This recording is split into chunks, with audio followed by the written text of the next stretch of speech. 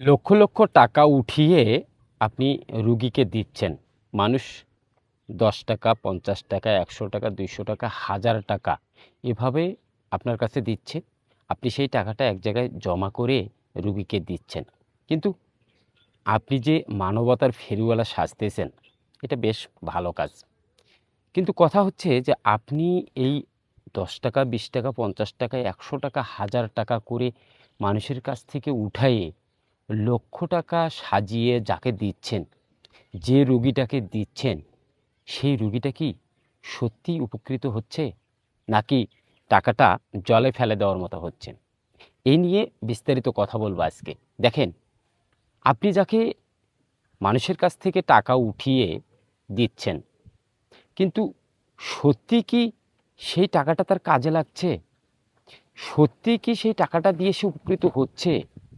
সত্যি কি সে তার সেই রোগটা থেকে মুক্তি পাচ্ছে?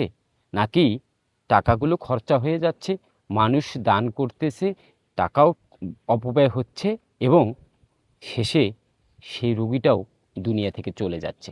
মাঝখান থেকে আপনি হয়ে যাচ্ছেন মানবতার ফেরিওয়ালা। বেশ, আপনি যে কাজটা করতেছেন এটি বেশ বাহবা পাওয়ার মতো কাজ। কিন্তু কথা হচ্ছে, মানুষের কাছ থেকে যে টাকাটা নিয়ে দিচ্ছেন, আপনি কি পরবর্তীতে ওই রুগীটার সম্পর্কে, ওই রুগীটাকে নিয়ে কোনো ভিডিও তৈরি করেছেন? যে মানুষ আপনারা ১০ টাকা, ৫০ টাকা, ১০০ টাকা, ১০০০ টাকা করে দিয়ে যে টাকাগুলো দিয়েছিলেন, সেই টাকাগুলো দিয়ে এই লোকটার চিকিৎসা করে লোকটা এখন সুস্থ হয়ে গেছে। দেখেন, হয়তোবা শতকরা ১টা বা ২টা এরকম হয়। কিন্তু ম্যাক্সিমাম জায়গাতেই সেই রুগীগুলো টাকা পয়সা খরচ করে, অথবা তারা এটাকে একটা বিজনেস হিসেবেও নিয়ে নিছে। এখন কথা হচ্ছে যে টাকাগুলো আপনি উঠাচ্ছেন, টাকাগুলো দিচ্ছেন, কিন্তু প্রপার ওয়েতে যদি খরচ না হয়, তাহলে কিন্তু আপনি এই মানুষের কাছ থেকে যে টাকাগুলো নিচ্ছেন, এটা নেওয়ার কোনো মূল্য থাকবে না। সেজন্য কথা হচ্ছে যে আপনি টাকা নেন, টাকা উঠালেন, কিন্তু ওই রুগীটা যদি সুস্থ না হয়, তাহলে আপনি যে টাকাগুলো মানুষের কাছ থেকে নিচ্ছেন, মানুষ দান করতেছে, আপনি মানবতার ফেরিওয়ালা হয়ে যাচ্ছেন, মানুষ ওই যে সেই রুগীটার তো কোনো কাজে লাগলো না। আজকে আমি তাদেরকে নিয়েই একটা কথা বলবো, সেটা হচ্ছে যে আপনি টাকা উঠান, একটা লোক যদি ক্যান্সারে আক্রান্ত হয়, তার শেষ অবস্থা কি? বর্তমান চিকিৎসা পদ্ধতি অনুযায়ী তার শেষ অবস্থান হচ্ছে কেমো দেবেন, রেডিয়েশন দিবেন। শেষ পর্যায়ে লক্ষ লক্ষ টাকা খরচ করার পরেও ডাক্তার বলে দেবে যে ইনি লাস্ট স্টেজে আছে, এনার আর চিকিৎসা সম্ভব না, আপনারা বাড়িতে নিয়ে গিয়ে ভালো মন্দ খাওয়ান। এরপরে আর কিছু বলবে না। অন্য অন্য ডিজিজ যেগুলো আছে সেগুলোও, যেমন কিডনি ডিজিজ, লিভার ডিজিজ, বিভিন্ন ডিজিজ আছে। কিন্তু সত্যিকার অর্থে এ থেকে বাঁচার কোনো উপায় আছে কি না? হ্যাঁ, আছে।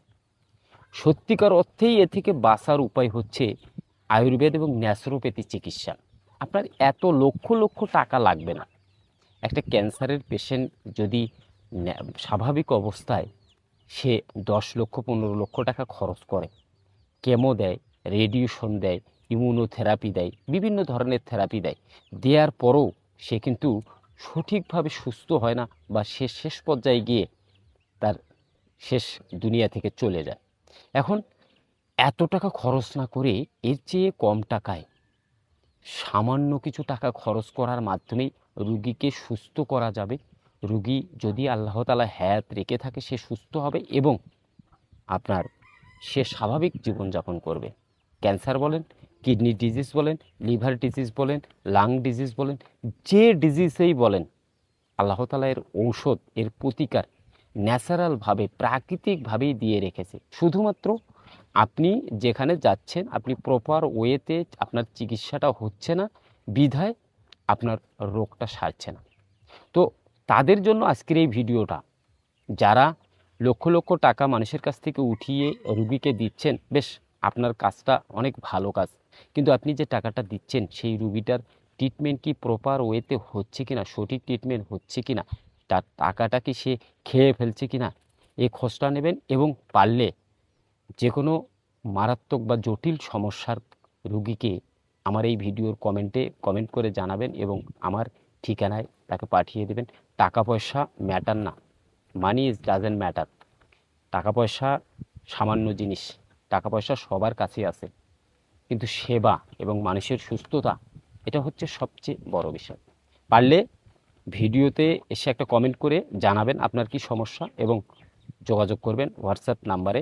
এবং যারা মানবতার ফেরিওয়ালা আছেন তাদেরকে অসংখ্য অসংখ্য ধন্যবাদ। আপনারা এরকম কাজ চালিয়ে যান, কিন্তু আপনাদের টাকাটা যেন প্রপার ওয়েতে খরচ হয়, সেদিকে একটু খেয়াল রাখবেন। ধন্যবাদ সবাইকে।